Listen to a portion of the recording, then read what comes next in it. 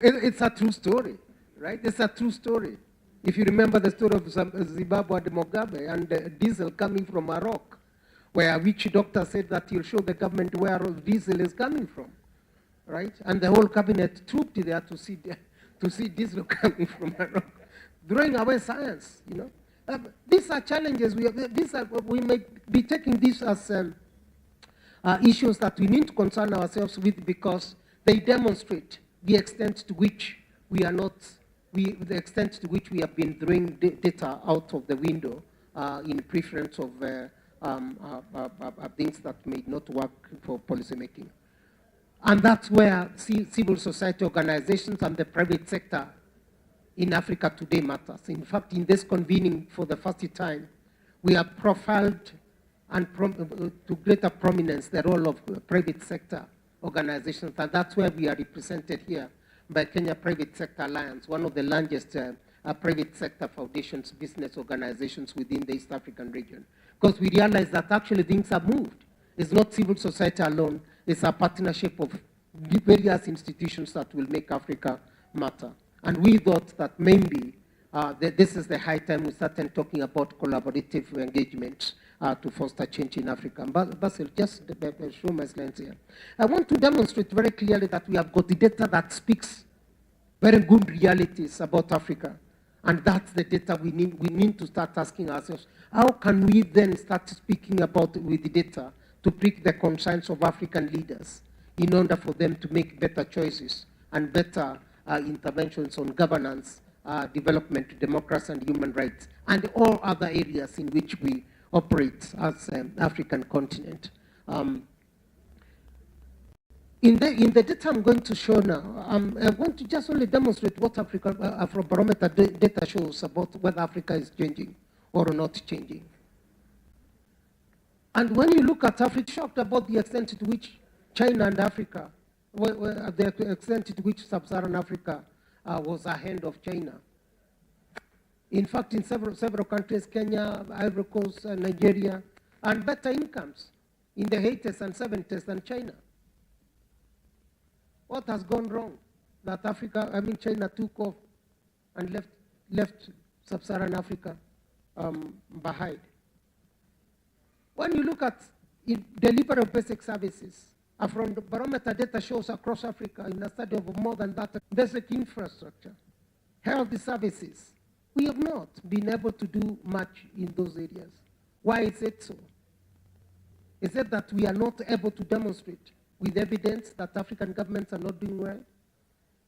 And I think this is the reality of the reality we face today, asking, can civil society organizations speak the data that we have and pick the concerns of our African policymakers wherever they are and do things in a better way?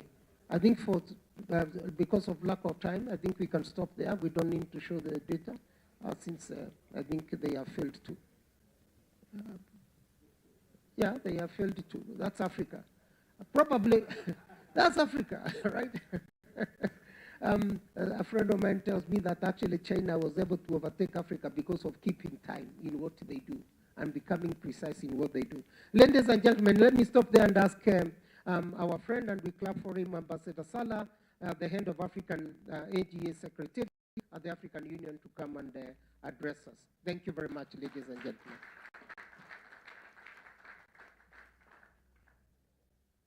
Karibu in Swahili. Asante.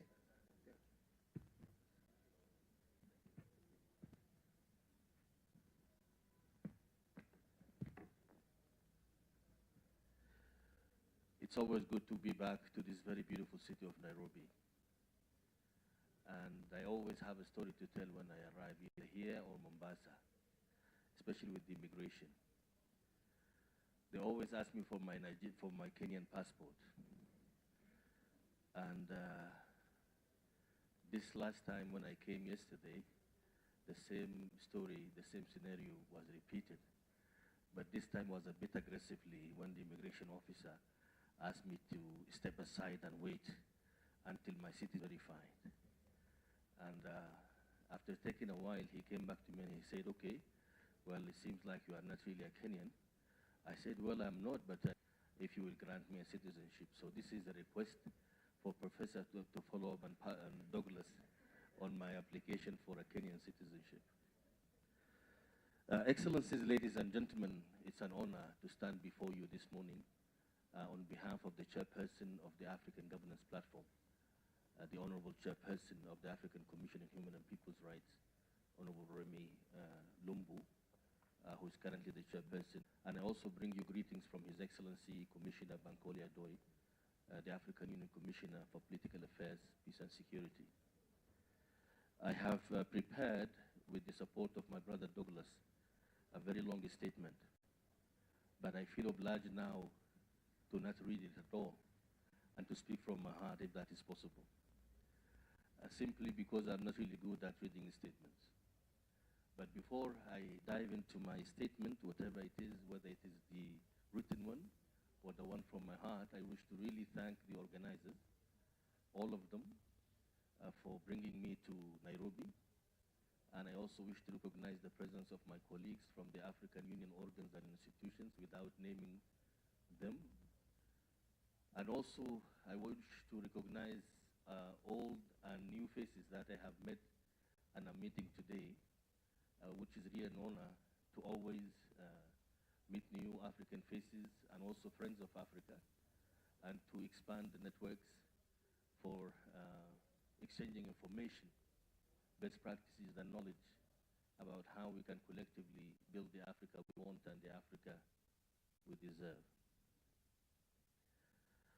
I really can't proceed without also thanking the government and the people, the good people of Kenya, for allowing us to have this meeting here in this very beautiful city of Nairobi.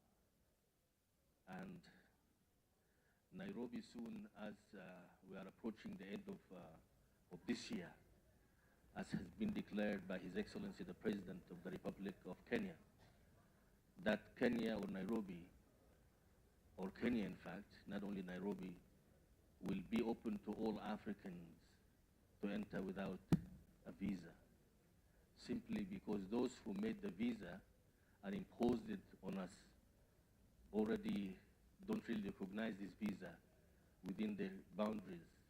So therefore, I really applaud and thank His Excellency the President for that announcement. And we are looking forward as African Union for that announcement to become a reality and for other African countries to follow suit. Simply, this continent belongs to all of us as Africans, and these borders certainly have been imposed on us because the Africa we all know have no boundaries. The Africa we all know has no borders. And this beautiful continent belongs to all of us as Africans. And I really hope that day when we can move around without any visa, without any restrictions as Africans, will come a reality and will come a reality very soon.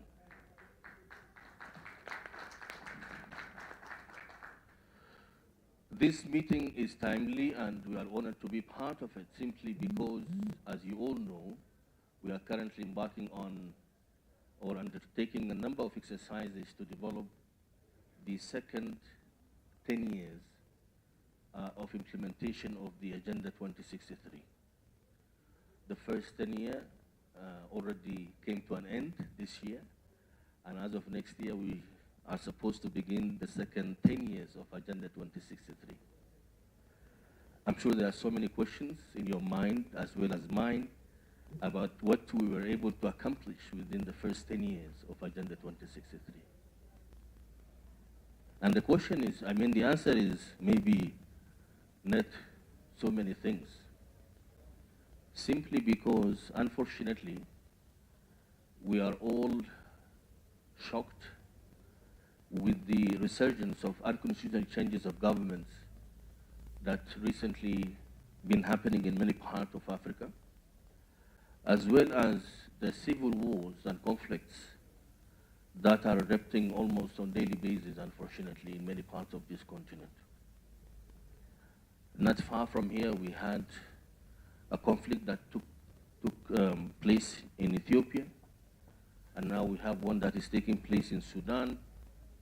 And of course, we have all of these countries that are currently under sanction by the Peace and Security Council of the African Union because of unconstitutional changes of government.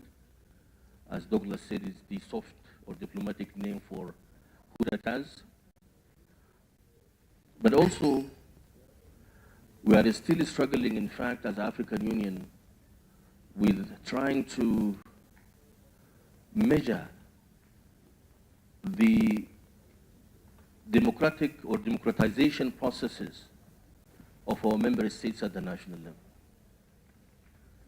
As you all know, that the African Union introduced the ACDEC, the African Charter on Democracy, Elections and Governance, known as ACDEC, in 2007, which entered into force in 2012, and currently we have 38 ratifications, with 2 reports from Togo and Rwanda, and with many coup d'etats and unconstitutional changes of governments that are happening in many parts of the continent. I don't want to really disagree with Douglas when he said unconstitutional changes of government means coup d'etats, because for me, unconstitutional changes of government is not limited to coup d'etats. It could be also a manipulation of a constitution. It could be a deal made overnight under the table for a government to extend its stay in a way or another. And also, it could be a political corruption associated with a military intervention. So therefore, I think we really need to look at the broader picture when we speak about unconstitutional changes of governments in Africa. I really hope today and for the next few days, you will be able to elaborate a bit more on what form of democracy and good governance that we really need here in Africa. I'm asking this question simply because our heads of state and government, with the adoption of the ACTEC, have agreed on a form of democratic processes and good governance, rule of law, protection and promotion of human and people's rights in Africa. However, our own heads of state and government are also not able to implement the same provisions that they have simply because of many reasons and circumstances. Our professor just shared with us his thoughts about the need for Africans to use data, embrace data, acknowledge the presence of data, recognize data. I was just reading, in fact, an article, I'm not going to name, but the article, in fact, was talking about the African mindset and how we as Africans, in many cases, we don't really plan for our lives.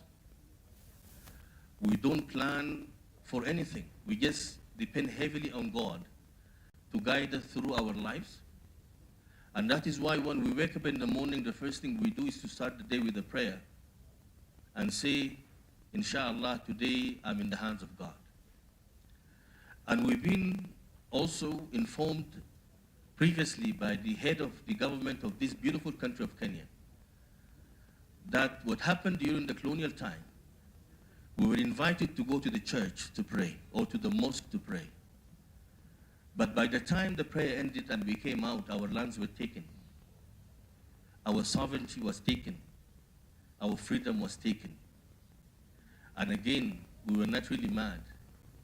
And we were not unhappy, simply because the prayer made us to believe that a day will come and we will be able to claim or reclaim our land, our freedom, and our happiness and joy. And that is why I think we really need to also speak about the African mindset as we speak about democracy, good governance, and rule of law. I'm saying this because we just heard our professor speaking wisely to us about the need for us to utilize and to use data and to benefit from it. But what is happening for us as Africans, when we have the chance, we will not go to the class where our professor is teaching. Why? Because he's African. We will try to go to Yale, to Harvard, and other universities because they are not Africans.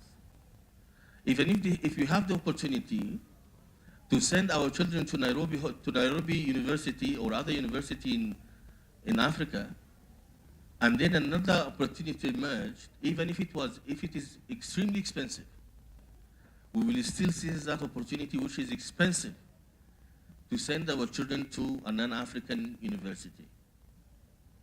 It is all about the mindset.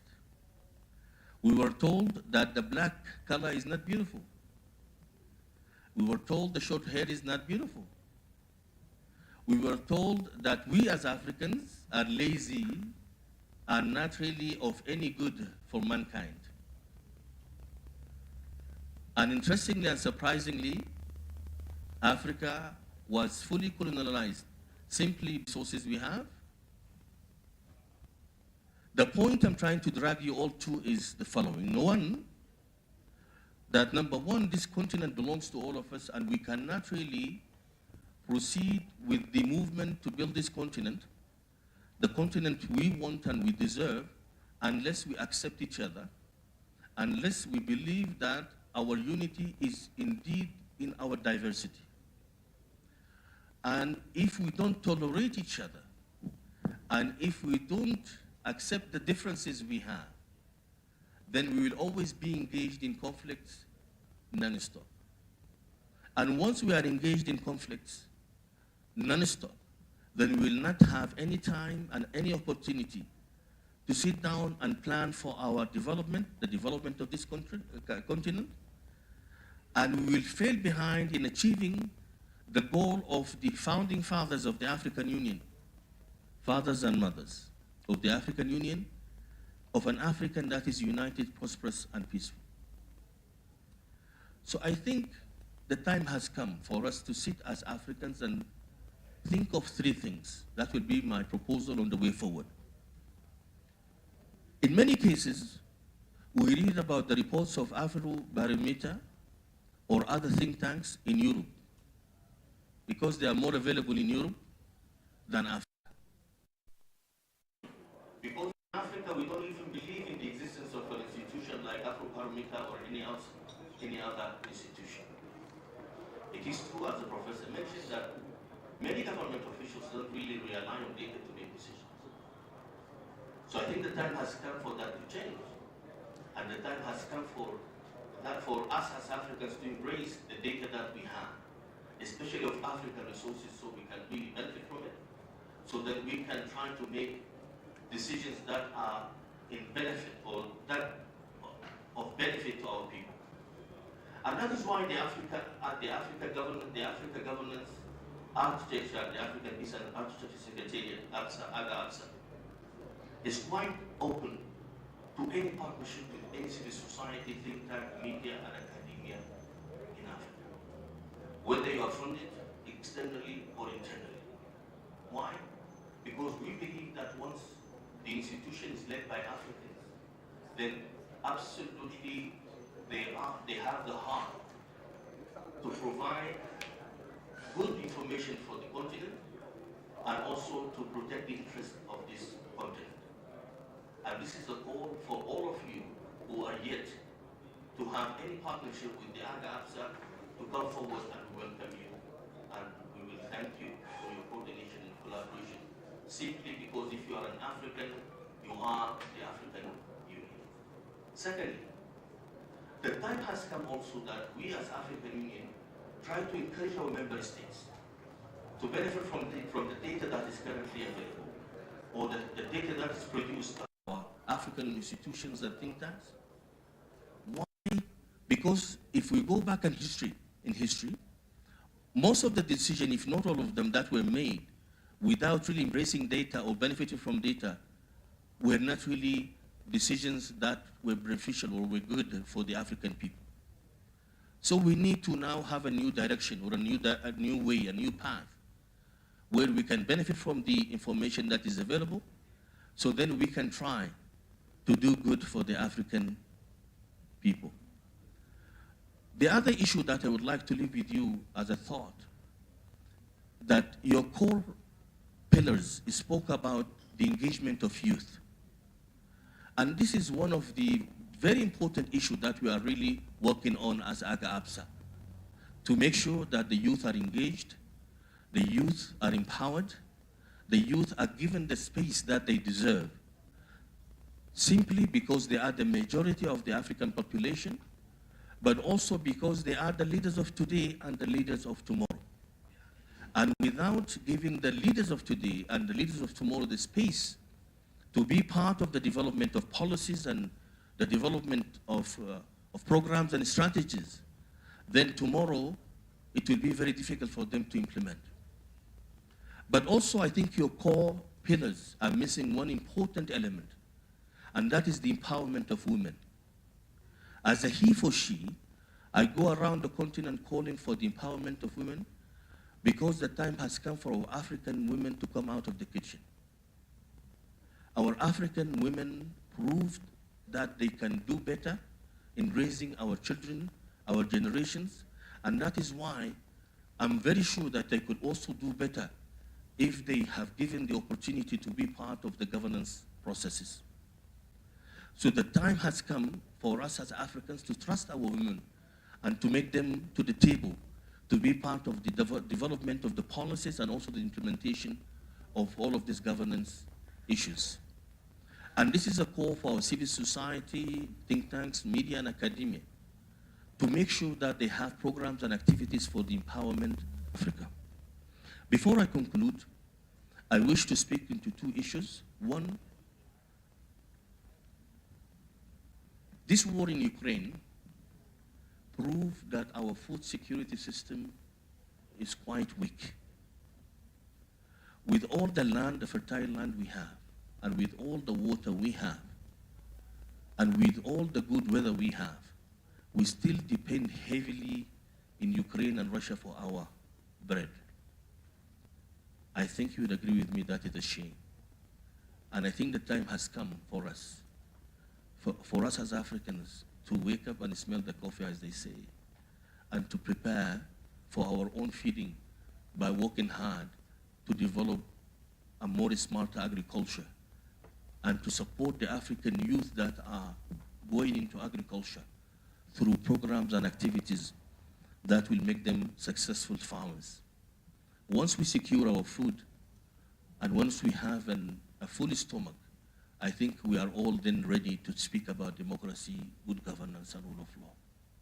Speaking about governance, democracy, rule of law in an empty stomach might not be very wise. So therefore, I really hope during this discussion, once you begin this discussion, you will not only limit the discussion to democracy, good governance, rule of law, without really also touching on food security as a way to make sure that our people in Africa at least have that peace of mind to feed the children and to feed the stakeholders that are part of this process. And we value this partnership for two reasons. One, because this partnership really brought to us, to our own attention in the African Union, partners that we never heard of before, although they have been in existence for a very long time. And this is an added value of this partnership, that we discover each other as Africans, that we sit with each other as Africans, that we talk to each other as Africans about Africa. And that is why we are quite hopeful that this partnership will be enhanced, will be strengthened, so then all African people will benefit from it, and all African people will feel the added value of it. Secondly, the partnership is not only about exchanging data and making decisions based on data, but in fact, it is about also telling us realities that we Africans usually don't find access easily to. And that is why we count heavily on this data to know and to share information about so many things that we don't really have within the or under the umbrella of the African Union. And with that, we will be able to at least make proposals to the leadership of the African Union to make informed decisions. And that is why I'm here today to thank you in person for all the support you have rendered to the African Union, and to call on you to continue the support. Why? Because simply if you are an African, you are the African Union. And the African Union is your organization. And you don't only represent your civil society organization, but being an African, represent also the African Union.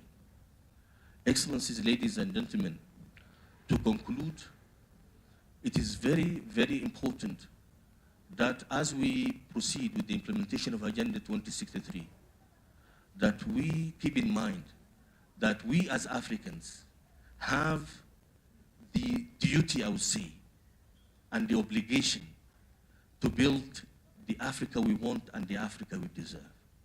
No one can come from Mars or from Venus to build this continent for us. It is for us to build it. And by the way, you and me will be judged by the next generation. So each one of us has a duty to do something to build this African continent, to build it the way we want it, the democracy we want, the good governance we want, that will make us unique in our nature as Africans. And I really hope the outcome of this meeting will be very supportive of the second 10 years action plan of the African Agenda 2063. That way, it will be in line with the blueprint to build the Africa we want and the Africa we deserve. Once again, thank you so much for inviting the AGA APSA to be part of this conversation, and I wish you fruitful deliberations. I thank you very much.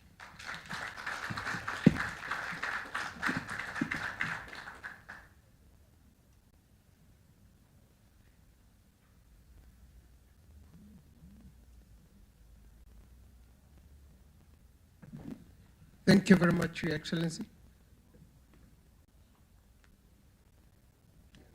Thank you very much, Your Excellency. I think there is a lot to take up from what His Excellency has said. Building Africa is our responsibility. It's not the responsibility of anyone outside. It's not the responsibility of anyone from outside. We have our duty to build the continent that we want. The Agenda 2063 will remain the way it is. But it's also posed a very important question here. Why are we food insecure with the kind of climate, with the kind of weather, if I can say that, and the kind of human resource that we have on the continent?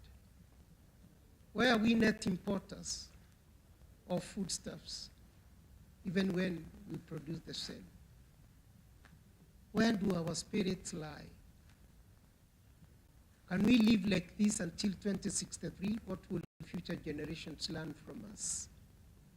We have a generation that fought for independence of Africa, but probably we that they fought for have let the continent down. Are we going to let the future generations down? We have let down our forefathers. What can we show as our future? What can we show that we can say we fought for? Can we fight for a stable democracy? He's talked about unconstitutional change of government as a different name, but the leaders, they don't care about the voting because they can choose the voters. Those are the ones of the late Tandika Mkandawire, following the 2007 elections and the demand to bring African Union to come and mediate the crisis. He said, I have come to the realization that Africa, you don't need voters. It is leaders who choose voters. That's where we are, and now we society. Our foundation is known to many of us from civil society. Is a man who means very, very well. He's an expert who means very well for the African civil society, and governance is eats and it speaks governance for a very long time in his engagement on the African soil. Brian Kagol works with Open Society Foundation, based Open Society Foundation that supports work for democratic gains and democratic support across African continent in many ways. I hope Brian is there. Brian Kagoro, please welcome and give us your keynote address. Brian would have loved to be with us here. Unfortunately, he's engaged in another meeting in Kigali, but it's as good as he's here. But in the next convening, I'll make sure that Brian, we shall hijack him and bring him over to Kenya here so that he can be physically here with us. Ladies and gentlemen, let's clap for Brian.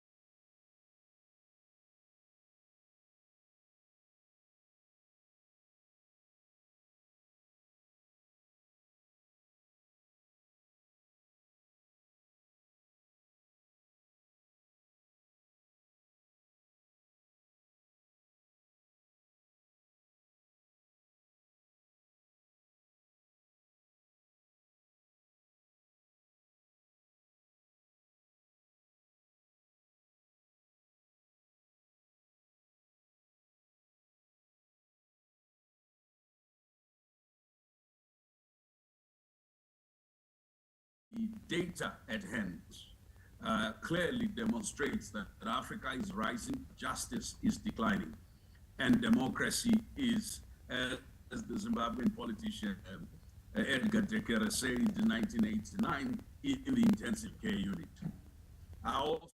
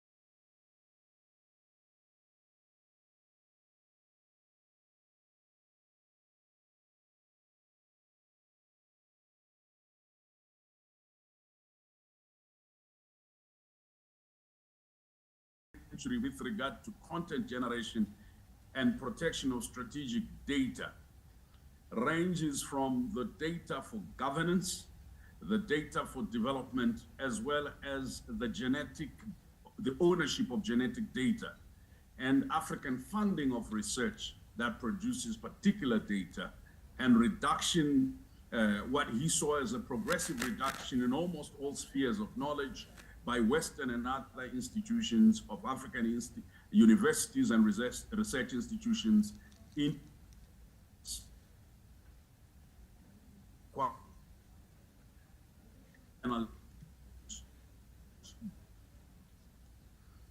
so that if you take something basic, as we discovered, the data to generate, although the genetic material is our own. You will, as part of the conversation, have the state of is generally produced. And this, I wish perhaps to add to something that Ambassador Salah Mahamad said. Most constitutions that we got from the 1960s and 70s into the 90s had two contradictory clauses in them. One was the right to rebel against unjust government because we had fought against colonial regime, and the other was the integrity of government. Little did we anticipate that both liberation movements and others would become experts in electoral pickpocketing or unarmed robbery or armed robbery. So in essence, the contradictions we see is the rise of unconstitutional government on unconstitutional changes of government, or the rise of rebellions, is a clash of two values, both protected fundamentally by constitutions, which is the right to rebel or protest against unconstitutional and repressive rule, and also the right to integrity of government once it has been put in place by due process of the law. We're essentially seeing, I think as the data suggests, quasi-democracy and the failure of democracy to deliver equitable outcomes for all, especially women and young people. But we're seeing progressively and globally a lack of faith or diminishing faith in democracy, and a questioning of the fundamental basis upon which international human rights is founded. We're seeing in this also a financialization and militarization of global government. It's almost real that in the last few years, not only have we seen the rise of war and armed conflict, that the world, including superpowers, are embroiled in championing various forms of violence and atrocities, or defending various forms of violence, atrocities, occupations, and etc. It seems to me, therefore, that we would be inept if we didn't, in talking about rule of law at the local level, pay attention to surveillance capitalism and the intrusive states that exercise surveillance over almost everything that we do. The citizen, African citizen, is bounded between two repressive forms of power.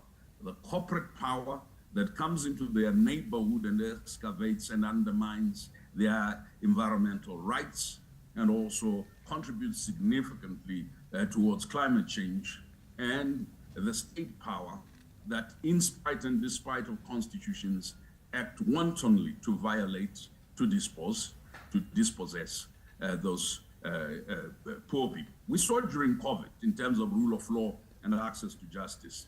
That rule of law and access to justice must fundamentally mean much more than access to courts of law, access to legal services, and access to investigatory services.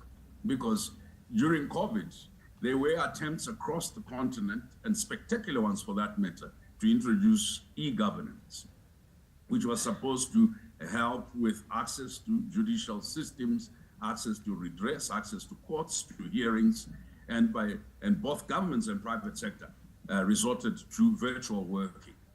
And the rules, the procedures, including electoral case management systems, admission of electronic evidence, and general affordability and accessibility of platforms became key. It seems to me that the idea of moving to e-justice became subconsciously, as did the idea of social distancing, a war or atrocity against the poor, a class warfare.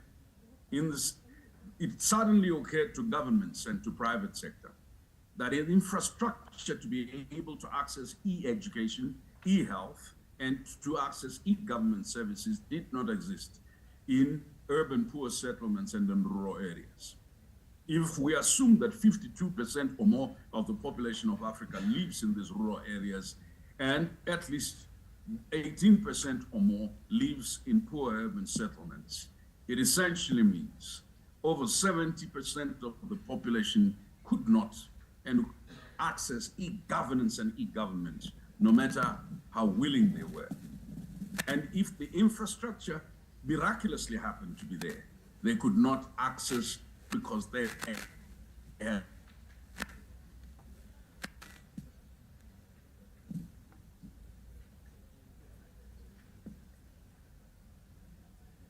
much, and you look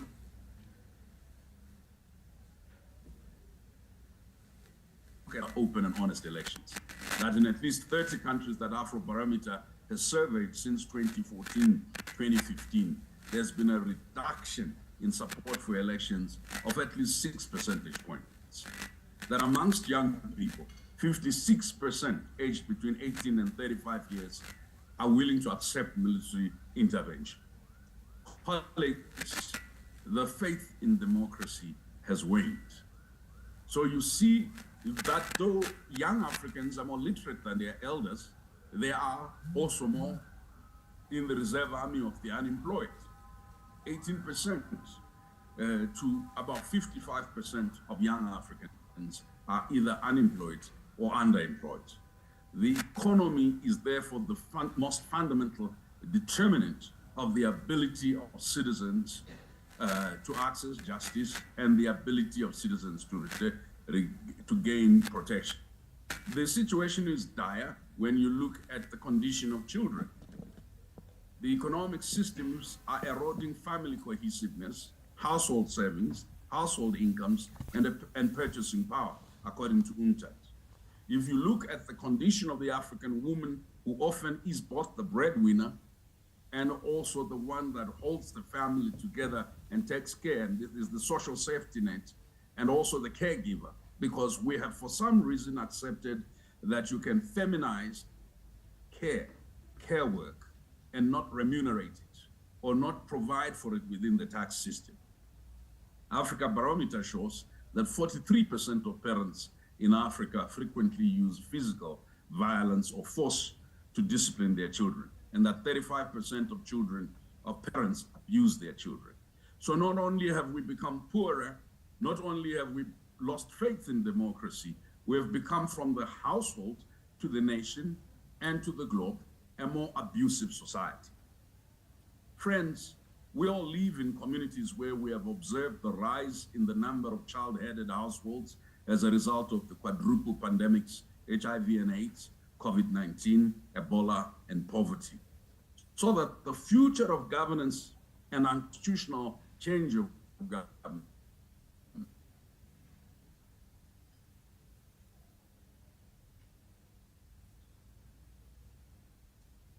power.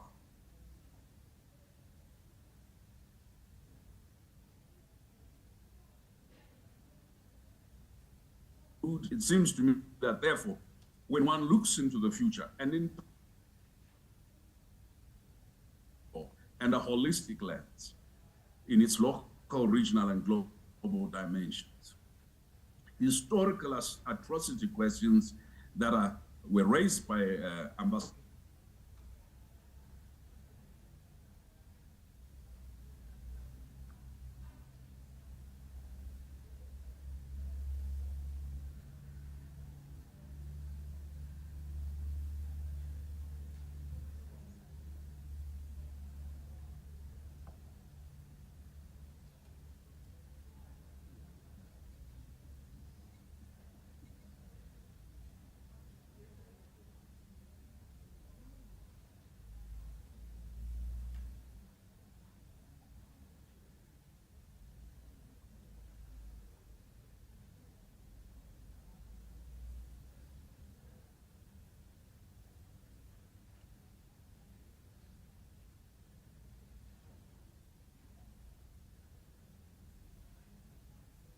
when you look at this data, as I prepare to end, on perceptions of access to justice, the data itself would be incomplete because it looks at access to formal institutions of justice.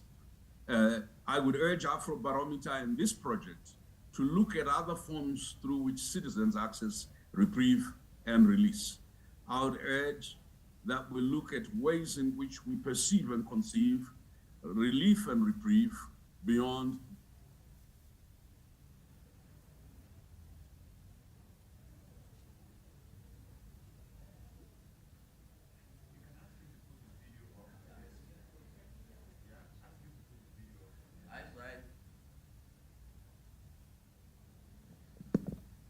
Hello, Brian. Complex and diverse phenomena such as human trafficking, labor exploitation, environmental degradation, and abuse of AI and digital platforms.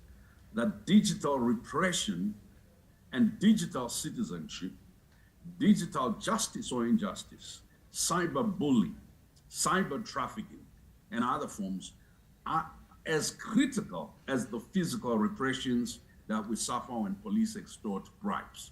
So in this regard, professional and business services are key. Most citizens are ripped off by these. AI, ICT, and communication services are key.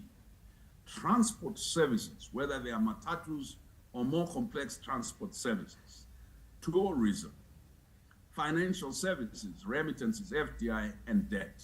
Friends, the experience of poor people with injustice has economic roots, political roots, social roots, cultural roots. And if we accept that, the way to address this is, as one imperialist said, the way to get started is to quit talking and begin doing. I thank you for indulging me. I hope in the few minutes I've been able to say to you that this project is fundamental to the survival of African institutions and multilateralism. The African Union without data is a hollow shell of autocrats and dictators.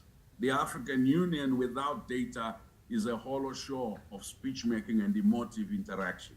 But an African Union that owns data, as citizens of Africa who have data to be able to influence the direction of the African Union and their governments, begin to become citizens globally who can influence the direction not only of policy, but the direction of development.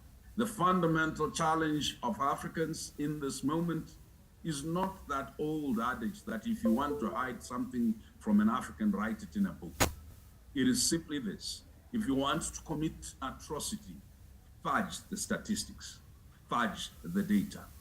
If you want to hijack a whole nation, own its data, own statistics. Then you can control the narrative and its direction. I thank you for your kindness, and I wish you the best of proceedings. I wish I was in the room so that I can benefit from your great wisdom and insights.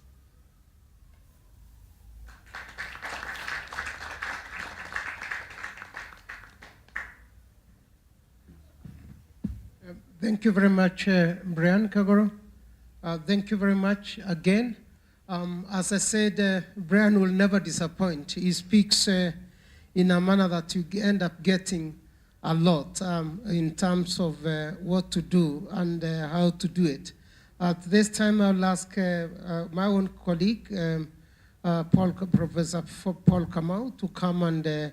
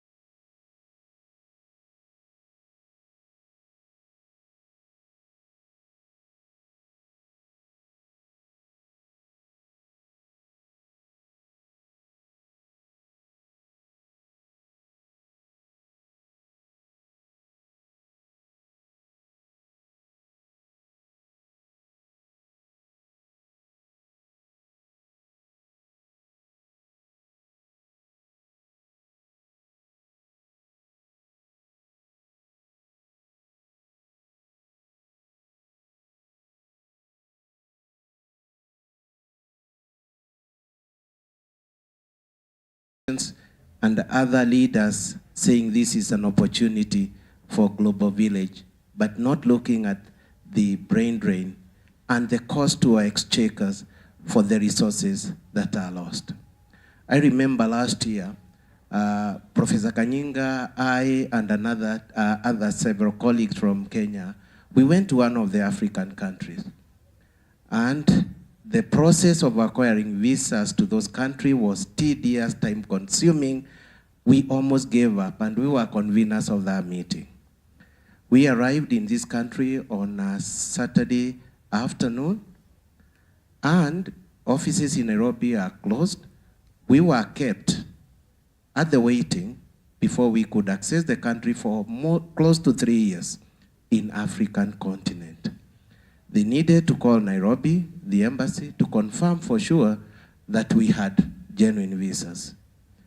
And we later on came to learn that the reason for this is that is a very common route of people migrating out of the continent. The words of wisdom from Karuti was, never argue with immigration of issues. And I think Ambassador Salah has talked about this, because they may use their power in any way. So we sat there for 3 hours or more on a Saturday afternoon, not knowing our fate. So as more and more young people are yearning and struggling to migrate, where are we leaving the continent?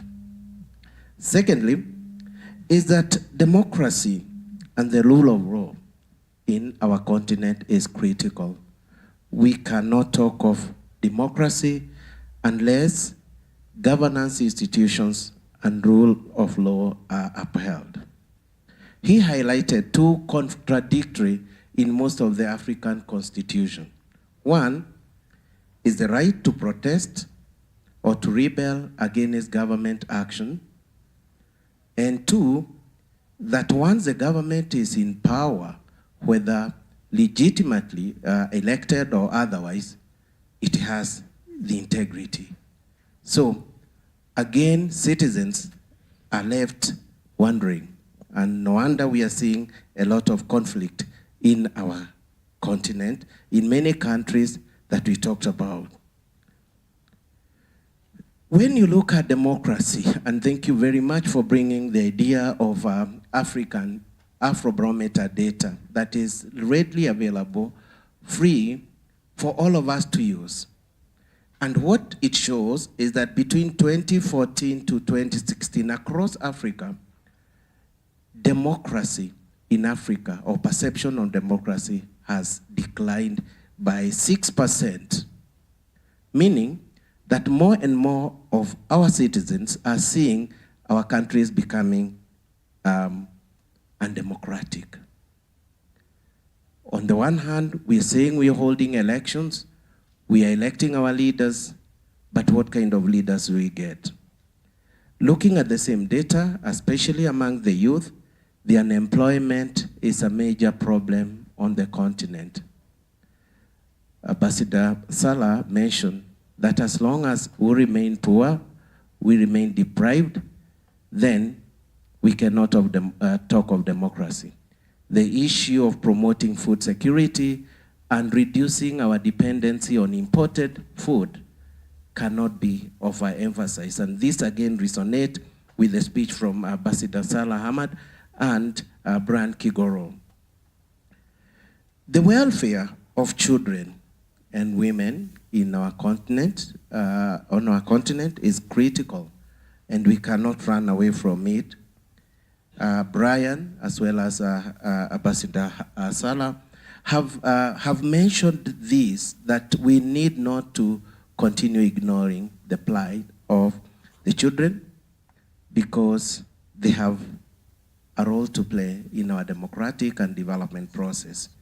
Brian was able to articulate this issue very well, drawing from the Afrobarometer data, the state and the play on women and children in our continent.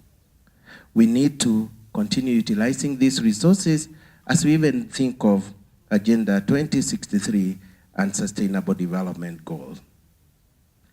The role of digital platform in governance and democracy is proving to be more prominent, is more critical as we move forward.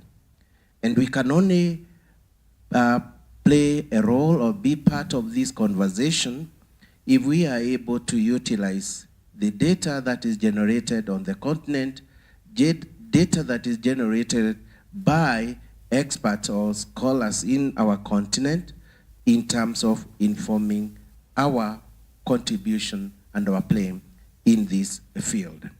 He mentioned, and especially when we look at the artificial intelligence, what is its role in democracy?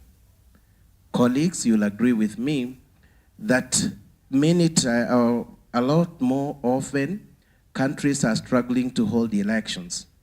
But it's until we digitalize the process so that we can minimize the element of what my colleague called selecting the voters, not worried about the voting process, we cannot have this unless we have good data. Digitalization is critical in provision of communication and transport in Africa. You believe, you'll agree with me, it's more costly in this continent of ours to move from one country to another. Actually, going to Europe, Asia might be cheaper than going to West Africa, going to North Africa. What are we doing in terms of our Agenda 2063? How can data help us to reduce all these costs? So in the closing remark, it was clear that data is critical in order for us to play a bigger role in this space. Data is critical for democratization. Data is critical for governance, and therefore, the more we are able to generate our scientific, we may not be able to put our argument across. Whether we are speaking amongst ourselves as African,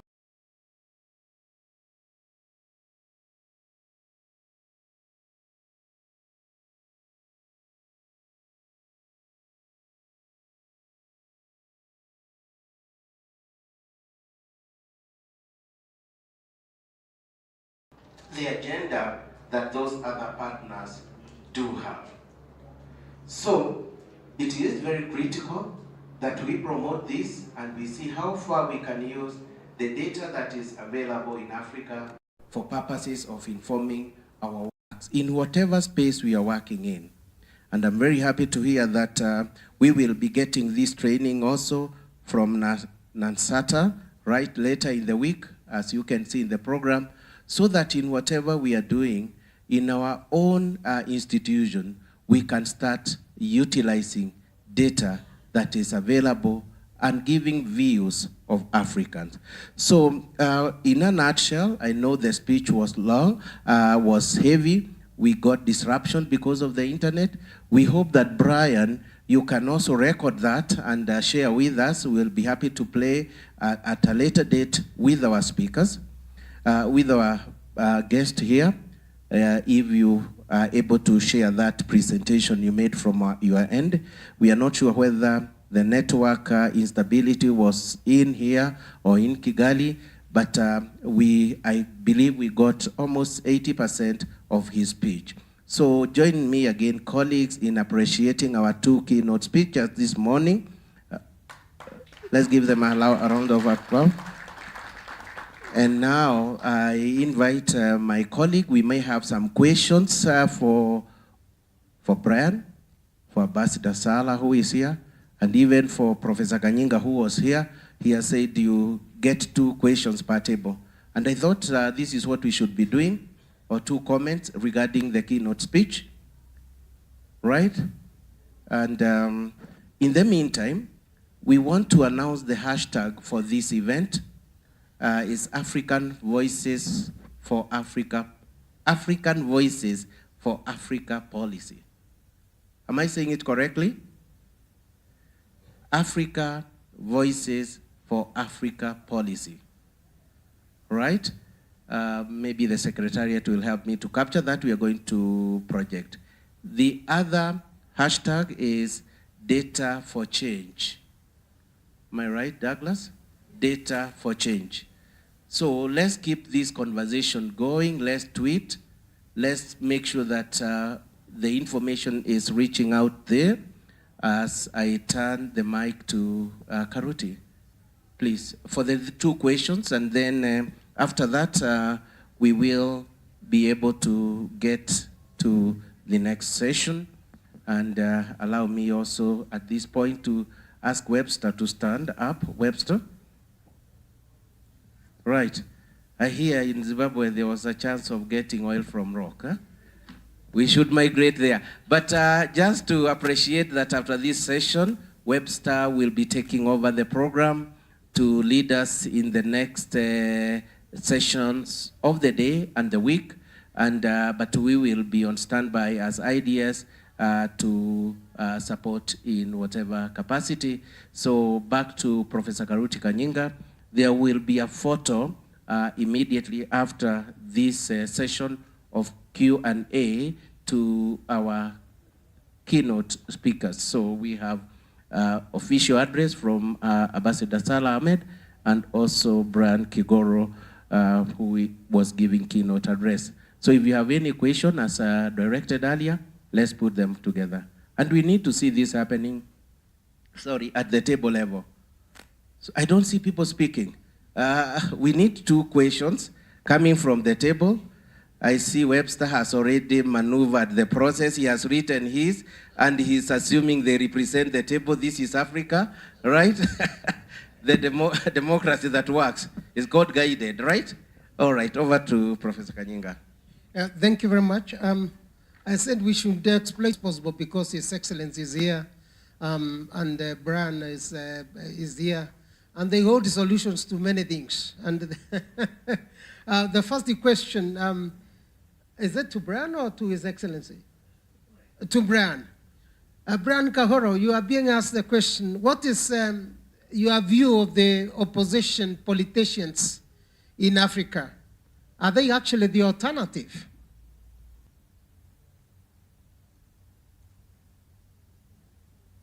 And I've always, let me also ask my own question now following that. Every time opposition complains about elections in Africa, they say the elections are rigged. Which opposition political party in Africa will be given an opportunity to steal an election and refuse to? Which opposition political party in Africa and where can be given an opportunity to steal an election and will decline that opportunity? Brian? Yeah, let me know if the network is unstable. No, it's quite stable. We can hear you. Well, I think that politicians generally in Africa don't constitute an alternative, whether they're in government or outside government, for two reasons. I think that politics has taken the best from amongst us and made the worst out of them. Some of the most intelligent people that were in academia and civil society and private sector, somehow when they get into politics, they experience an accelerated erosion of common sense and logic and empathy. That's one. But there is implied in that question, political parties other than maybe the African National Congress and one or two others on the continent, ruling and opposition, do not have strong policy arms or think tanks. Decisions are made on the basis of ad hoc cut and paste jobs from consultants or literally stuff that's been taken from Google. Is the de-intellectualization of both political parties and civil society. A lot of people in civil society, great people, great hearts, hardly read, hardly research, and therefore rely a lot on moral outrage and being articulate or eloquent. So what we now have is a contest of words, of poetry or prose, and not necessarily the use of evidence in order to construct positions. So it is not the failure of humanity, it is actually the failure of knowledge. We took knowledge out of our politics because we said, no, we don't want academic things. We don't want bookish things. We want practical things. And practical meant that you could be a splendid idiot and be populist as long as, and this has been complicated, colleagues, by religion. And I know that you are all people of faith. But the complexity of religion is that in some religions, Professor Karuti will tell you, we say, call those things that are not as though they are. So you find someone stealing. So you should be calling them a thief. But you start calling those things that are not as though they are. You say they are a good leader. So we now have a spiritualization of criminality and a criminalization of spirituality. And herein lies our problem. We are not even saved when we go to courts of law, because this was about access to justice. As our Ugandan judge said, we now judicialize politics and politicize the judiciary. So our society is now full of, I call it pervasive bogusness. So those who speak for justice are bogus. Those who speak for the state, bogus. Those who speak, and I'm sorry, Ambassador Salah, you are the scandal at the heart of African institutionalism and politics is that no one cares enough. No one reads enough. No one thinks enough. No one applies themselves enough. So even if we equip civil society to engage the African Union must itself be a data, evidence-driven policy-making arm. Otherwise, what we're doing is we're throwing pearls to, I won't call them that because it would be religiously offensive. Thank you. African Union must also be evidence-led. And the challenge we have been given is that actually we tend to speak with emotions rather than with the data. That's a very profound position. Any table with another question? Anyone with another question? One, yes, please. Take the mic and ask it.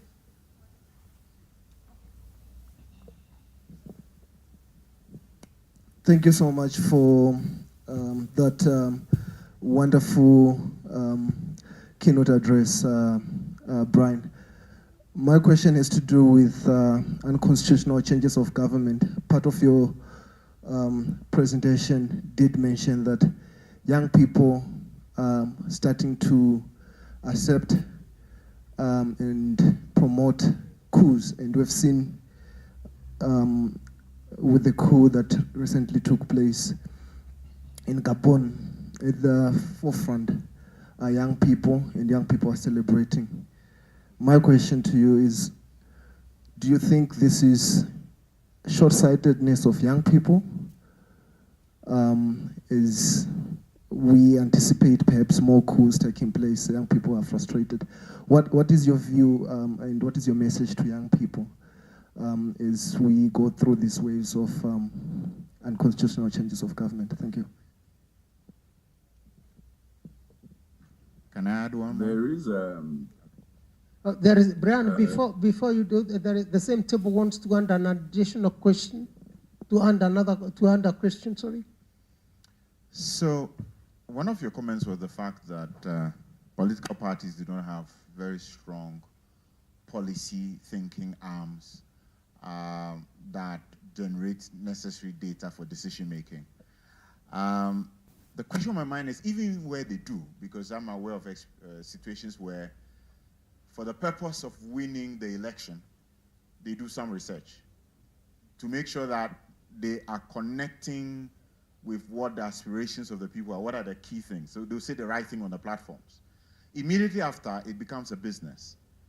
It's about how do we make sure we make enough money for ourselves and our families and our friends. So the question on my mind is there any research that helps us to understand how do we get this crop of people we are calling political or whatever to actually not just use data when they want to, but we'll get them to use it all the time. In other words, I'm saying it doesn't seem to me to be just an issue of, do we have the data? Because even when we have the data, how do we get them to use that data? Is there any work that has been done that shows that in certain jurisdictions, these are the things you can do to get leadership to be more willing to use data that benefits all of us? Thank you. Those are very good questions, Brian. Thank you. I thank you. I'm young enough to remember that when my parents and others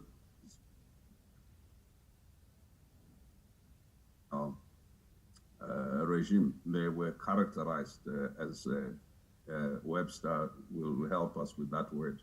What were they characterized as, Webster?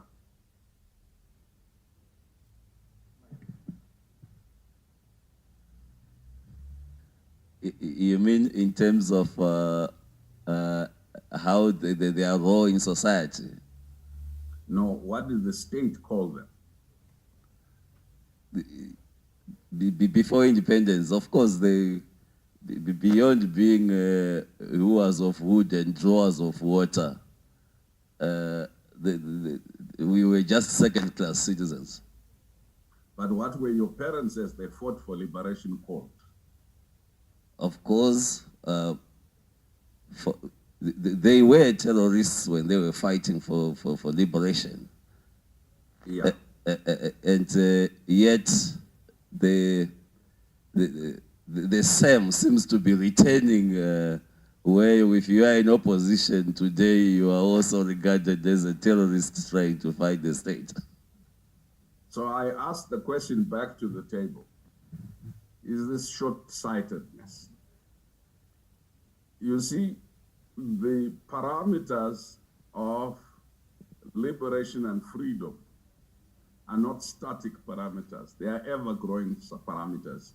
Society imagines itself not in immortalized constitutional texts that were negotiated by various elites at a particular point in time. But the Constitution is seen as a living document, at least in the context of deeply divided, unequal societies such as our own. What has happened is an elite has captured, and I am mindful that there are academics in the room. I don't want to loosely use the word state capture, but an elite has captured, and Afrobarometer was being a study on this, the democratic institutions, processes, and also captured fundamentally the key institutions of state that ordinarily would humanize citizens, deliver relief for citizens. When you live in a state that is entirely captured, perhaps it is short-sighted to believe that unless something breaks that level of capture, then you are stuck there forever, because you cannot vote. You see, autocrats, authoritarians, dictators, and thieves are democratically elected, but very few of them can be democratically removed. Because once they've gotten into bed with international capital and they have lots of money, there is no way the poor lot of you who are struggling to get bread and butter are going to be able to mobilize sufficiently against their force, to mobilize sufficiently against the violence, against their money, against the bribery of officials, administrative, political, and economic, against their money. So what we have done, and this is why those in this room are very important, Ambassador Salah tried to caution us that the term itself, the amendment to the Malabo Protocol, and so some of my brothers in the room there, defines a constitutional change of government. That's the amendment to the protocol establishing the court, broadly to include tinkering with the constitution, tinkering with the law, taking any such administrative and other measures as would undermine the expression of the popular will of the people. So that when you change laws 6 months to an election, you change a constitution to give yourself a longer term, or you undertake other such action that on the face of it, you, on the voting day, You delay vote so that people are not able to exercise the franchise. Things qualify under an African Union statute as an unconstitutional change of government, right? And it seems to me that we're in desperate situations where if we do not abide by the rules of continental and national law, we will open ourselves to a situation where all citizens become bandits because the state has become a terror or a terrorist. And this is the challenge, and it is not about long-sightedness and short-sightedness. Let me explain why. All young people will see us driving very fancy cars, big cars. All young people see us living in big houses. All young people see us going to big, expensive banquets. All young people see us eating and living well. All young people see our wives, our girlfriends, our children slaved. And they have no meal. They cannot afford 3 meals a day. They cannot afford running water or electricity. They cannot afford money to pay dowry and to get married. Young ladies are forced into commercial sex work because the state has become a worse exploiter than its colonial predecessor. What we are forcing our young people to become is patriots who express themselves through frustration, as opposed to patriots who shape the future through innovation. And that is a very important thing. And I would like to suggest that if there's anyone who's short-sighted in this matrix, it's those who think you can rule hunger through military force. Those who think you can govern unemployment through electoral fraud. Because it has never worked, it will never work. I want to suggest, therefore, that whilst military coups are not a panacea to Africa's governance challenge, the hole in the heart of African democracy today is dishonest, incompetent, unempathetic leadership. You see, the grand corruption we see is only a manifestation because these leaders have now gone on a binge, selling off the country to foreigners, whether they are from the East, the Middle East, the West, or elsewhere. They don't care as long as they and their children can get mansions in UAE, in Dubai, in Europe, or elsewhere. The battle happening right now is the battle for the soul of the future. Whether that soul of the future will be owned by children of the elite who never went to school, who never worked a single day, or the toiling masses, the working class, the working people, the primary producers, who every day are being ripped off. So it seems to me that, therefore, the issue of political parties and policy arms, and let me just qualify. You and I are aligned partly. When I say policy arm, a policy arm must not be an ad hoc adjunct that comes during an election. A policy arm must exist to advise on a daily basis. Unfortunately or fortunately for most of us, in our countries, the party is supreme to government. Can I repeat? Unfortunately for most of the countries we come from, the party is supreme to government. The party determines deployment. The party determines removal. The party determines elevation. And the party actually runs government. And if we accept that the party must become a site of contestation around what ideas rule the party, what evidence inform the party, what decision-making, and how democratic is the party as an aperture, as an institution. The real question about the democraticness, the role of young people and women within the political party, their leadership, their influence, their participation is key. Informs us that young people are more political, but they are not as involved in these political parties, right? There was a whole movement trying to bring independent electoral candidates. It didn't deal with the fact that the party as an organized business for accumulation, primitive accumulation, and is in bed with those who own capital, both domestically. What we found out is that when you have an organized civil society, organizational movement,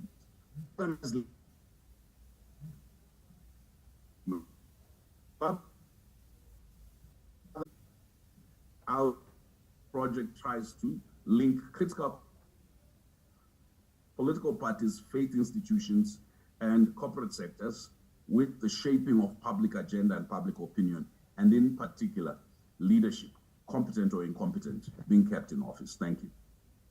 Thank you very much. Let's clap for him again. Thank you very much, Brian. Thank you very much, Brian, and I think he's raised a point which we shall bear in mind as we proceed with our convenings, even in future. The need to bring the faith-based organizations in our ministry. That's a very important constituency. It's on that some of us do not have faith in the faith-based, but don't worry. We have them as part of CSOs. But I'll ask His Excellency to say a couple of things now. Thank you.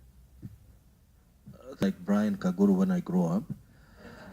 But I think today I beat him up because my presentation was more clearer. That's why I did not receive any question. And he received all the questions. But to be honest, I think there's two things that I can't really let go without making a comment on. Number one, our political parties in Africa. The parties are either owned or led by a religious leader or a traditional leader or a family or a businessman in many cases, unfortunately. And in many cases, we'll see the women wing in the political party led by a man. The youth wing is led by a 65 years old person. So there's really need to look into our political parties structure across the board. The issue of opposition, we have seen, for example, Alpha Conde, when he was the opposition leader in Conakry. He has been the opposition leader for a very long time. He failed to win the election for a number of rounds. Finally, he won the election. He became the president. What happened? He wanted to stay forever. The same opposition leader who was fighting dictatorship made of himself a dictatorship to stay for a long time. So this is also another issue that we really need to look at. Civil society in Africa, and let's be very honest, civil society in Africa also it's not neutrally called civil society. Some of our civil society they are in fact politically motivated. Let's be honest. So then what is the situation with civil society? They are oppressed, they are not given the space simply because of this particular problem that they are not politically neutral. Last but not least, the use of data and fake news. The African Union observed elections, as you know. I was part of the election observation in a country that I'm not going to name. We visited a town outside of the capital of that particular country a few days before the election when the campaign is still on. And then the campaign was between a prominent politician who has been representing that particular town or that particular region for a very long time in parliament, who was seeking re-election, and a young chap who has no political background. In fact, he has been a teacher for a few years, fresh graduate almost, very young in age. But this chap, he was very smart enough to use data. He was telling these guys that, listen, the environment, the climate change is a reality. The data says that, in a few years, we will not have water to drink in this town. In a few years, we are not going to have land to grow or to farm in a few years. So he kept making reference to data. And then he said at the end that I'm your guy who is going to really respond to all of these problems because I have the mentality and I have the knowledge to read all of this data and then to resolve all of the problems that will be faced as a result. And he won the election. But then as soon as he won the election, later on we followed on this particular case and we were told that number one, he was not really grooming new leadership within the youth, to follow. Number two, he was really getting into enriching himself. So we contacted him, in fact, and we asked him a simple question, what is happening? He said, my brother, I'm not sure if I'm going to win next time. So therefore, I need to really, save for my family and my friends. So I think all of these issues really need to be addressed and need to be looked at. Otherwise, we will not really promote good democracy. democracy and good governance on the continent. Thank you. Thank you very much. Let's clap for Ambassador Saleh. Let me add to what Ambassador is saying. All politicians, all political elites in Africa actually love to see data. Sometimes it's only that we do not have data that is scientifically collected and analyzed to be presented to them. There is no single political party that I know of that doesn't rely a lot on public opinion surveys. And if those surveys are credible enough, you'll see them coming to you many times. We have made presentations of Afrobarometer data findings, and they come back later on through different approaches to tell us, can you come back? But I don't want to be with many people, right? I don't want to be with many people. Just can you dig deep that one for me? What does and they want to know, what does this mean for them? And that's where we can actually start influencing the opinion of policymakers through political elites, depending on our ability to play advocacy and lobbying roles. That's another difference that we need to start differentiating going onwards. That advocacy and lobbying are very, very different and very distinct, but both of them require data. For lobbying, you need very convincing data because it's a one-to-one engagement and in a very formal setting. You require to speak to them with data that convinces them on a regular basis. You need to open doors, and opening doors requires credible and scientific data. Advocacy requires openness and being in a very public space. We come to realize that most of the former African institutions prefer informal ways of networking and talking to one another. These are things that we hope as civil society organizations will start understanding and start playing an important role in this space, and therefore I hand over to the man from where diesel comes from, the rocks, Webster. Thank you very much, ladies and gentlemen. Thank you very much. Yeah. Thanks, Prof. And for the record, this is a true story. It's a lady just we were having challenges with fuel when our economy had tanked.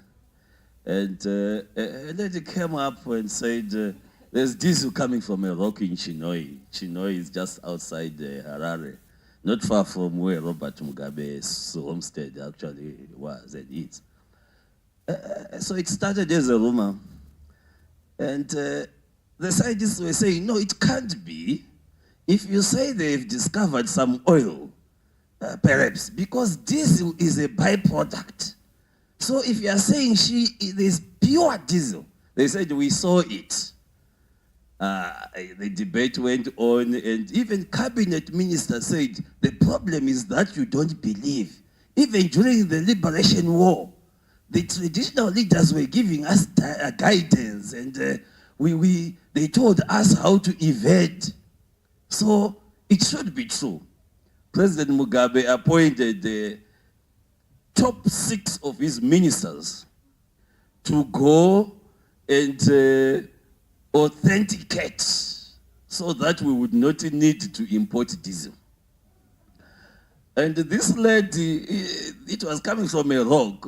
Apparently this lady just had someone behind with a drum put on a hosepipe. And we had cabinet ministers removing their shoes, doing all the traditional rites, and the diesel being poured on them, and they were very happy. They came back to report to President Mugabe that indeed we saw it. The miracle is there. When she was requested to supply in large quantities, obviously she failed. That was the end of it. And she was later arrested. She served 3 years for lying to the president and cabinet.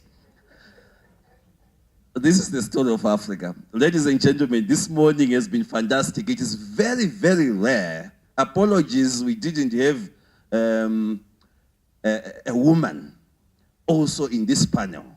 But to have Professor Karuti, to have Brian Kagora and Ambassador Sala speak in one session, I tell you, then you have all the reverberations going out elsewhere from here. So IDS, I want to thank you for being able to put up this panel, because whatever we are going to do from now on, the ground is set. I'm not going to eat into your time. We are slightly behind time already. We are going for tea break, for group photo, I suppose. We are going for a group photo, and then from there we go to our tea. It's already 5 minutes past. Let us do 7 minutes for the group photo, and then we do, because I see our numbers are a bit high, we do 20 minutes tea, so that by exactly half past, we start with our program. I know why many people did not ask many questions to you. The assumption is that this time we have you. So we will be asking you left, right, and center. Brian ran away. He's enjoying his friend Kagame there. I know they are personal friends. So I hope that...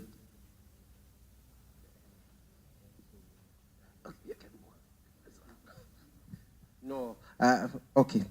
Just my last comment on this session is that we're going for the photo, group photo at the hotel entrance, the staircase. So we all go down.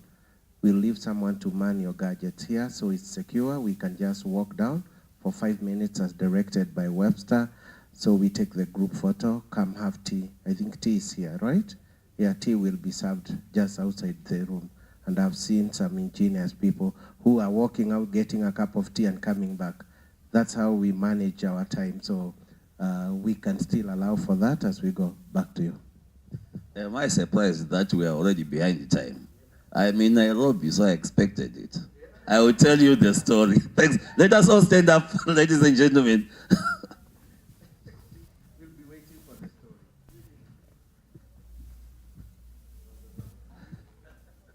Recording stopped.